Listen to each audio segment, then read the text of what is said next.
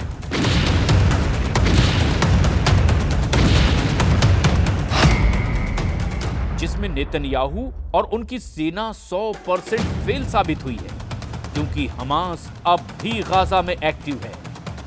Gaza में Hamas के हमले लगातार जारी हैं। ये बात टाइम्स ऑफ इजराइल की इस रिपोर्ट में छपी है और ऐसे हमलों में इजराइल अपने सैनिकों को भी खो रहा है। नेतन्याहू के लिए दूसरी बड़ी चुनौती वहां मौजूद इजरायली बंधकों की रिहाई है, जो अब भी हमास के कब्जे में है।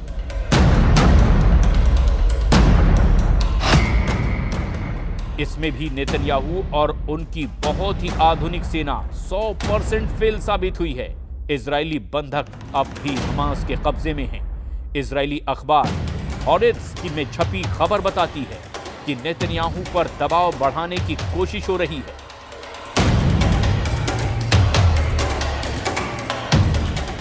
बंधकों को छुड़ाने के लिए नेतन्याहू और उनकी फौज शुरू में काफी एक्टिव दिखी, लेकिन अब ऐसी खामोशी छा गई है कि सब नेतन्याहू के युद्ध वाले एजेंडे पर सवाल उठने लगे हैं। गाजा में 450 दिनों की बमबारी ताजा रिपोर्ट बहुत खतरनाक है और आंकड़े ऐसे हैं जिस पर अमेरिका से लेकर यूरोप तक सवाल उठाने से बच रहे हैं।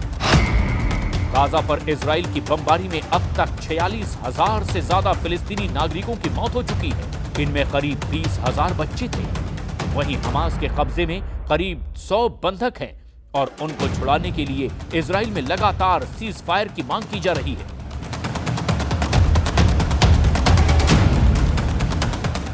तेल अवीव में अब नेतन्याहू के खिलाफ लगातार प्रदर्शन हो रहे हैं।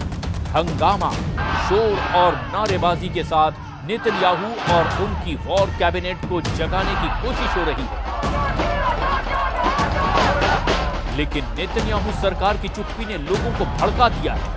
तेल अवीव में जुटे ये वो लोग हैं जिनमें ज्यादातर बंधकों के रिश्तेदार हैं। इजराइल अब गाजा में क्या चाहता है, इस बात को लेकर नेतन्याहू की पॉलिसी काफी भ्रम की स्थिति में नजर आती है, क्योंकि जो युद्ध उसने हमास को खत्म करने के लिए शुरू किया था वो अब भी एक्टिव है और इजराइल की फोर्स अब भी गाजा में ज्यादातर इलाकों में सीना चौड़ा करके पेट्रोलिंग नहीं कर सकती।